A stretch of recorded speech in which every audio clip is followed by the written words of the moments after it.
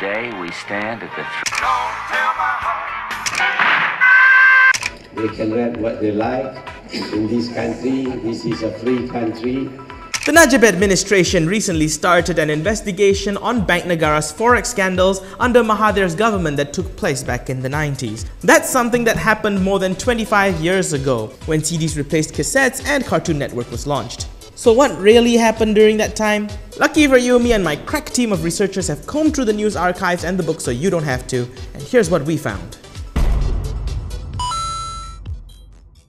But it has been said that Malaysia had lost between 15 to 25 billion ringgit as a result of some forex trading overseas. Did that really happen? That is a tricky question to answer because officially the government never gave us a full picture. Media and the business circles over the years had come up with various stories, but Bank Negara never admitted or denied any of them. It was only in 2011 when Mahathir's memoir, A Doctor in the House, admitted that Bank Negara had set up office in London and New York since the late 80s to do forex trading.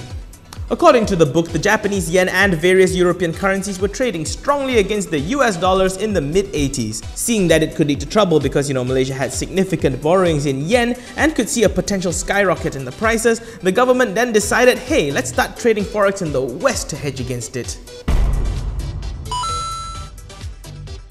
The Edge editor-in-chief Ho Kay Tat, who was back then in the 80s a reporter with Reuters, in an article recently published wrote that the Bank Negara's investments hit bumps after the Berlin Wall collapsed unexpectedly in 1989, and perhaps not so unexpectedly the unification of Germany that took place right after that. Back then, aside being obsessed with tea, Europe was on the onset of consolidating and unifying various European currencies through something they call the ERM, the exchange rate mechanism, which was the lead up to what we all call the euro today. The market was really optimistic about this, and it was exactly at this time that the United Kingdom said, hey, let's join this ERM thing. It is believed that Malaysia stocked up on British pounds during this time, expecting it to appreciate in a short while. Who would have thought that it was exactly at this time that our old friend, renowned currency speculator extraordinaire George Soros, that we are all familiar with, decided to strike.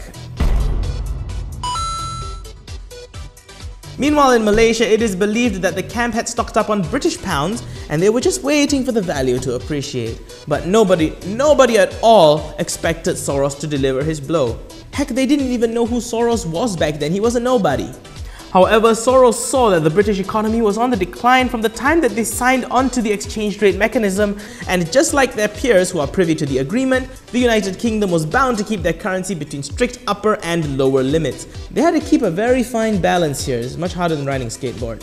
If the pound traded above the limits, the government needed to sell more of it. If it traded below the limits, then it had to buy it back.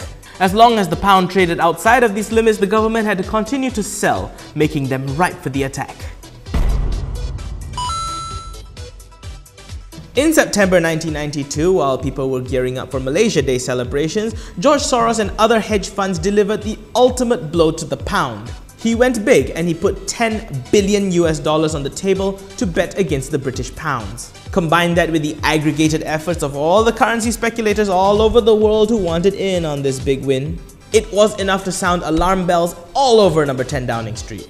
In a ditch effort to save their position in the ERM and keep the value of the pound afloat, the UK government ploughed billions into buying back the pound and even hiked the interest rates twice in the same day, from 10% to 12% and then to 15%. In the haze of the matter, and with their efforts looking futile against the waves of speculators that were hungry for the spoils of war, just charging and charging and charging at them, the British government were brought to a crossroad to continue to borrow funds to maintain their position in the ERM, or to withdraw from the mechanism and admit their defeat.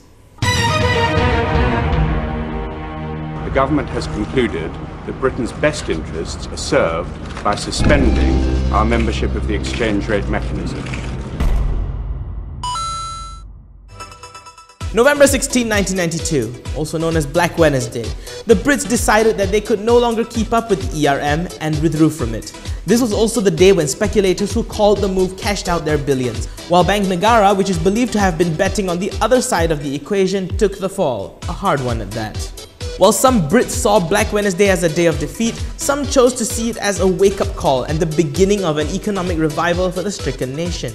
Meanwhile, at home, the losses were just too big to be ignored or written off. And unlike Soros and other currency speculators who only have themselves to deal with, Bank Negara needed to answer to the rakyat as to what went so terribly wrong. How did the news come and how did Malaysians receive it? That's all gonna be in part 2 of this Quickiepedia. I'll see you there.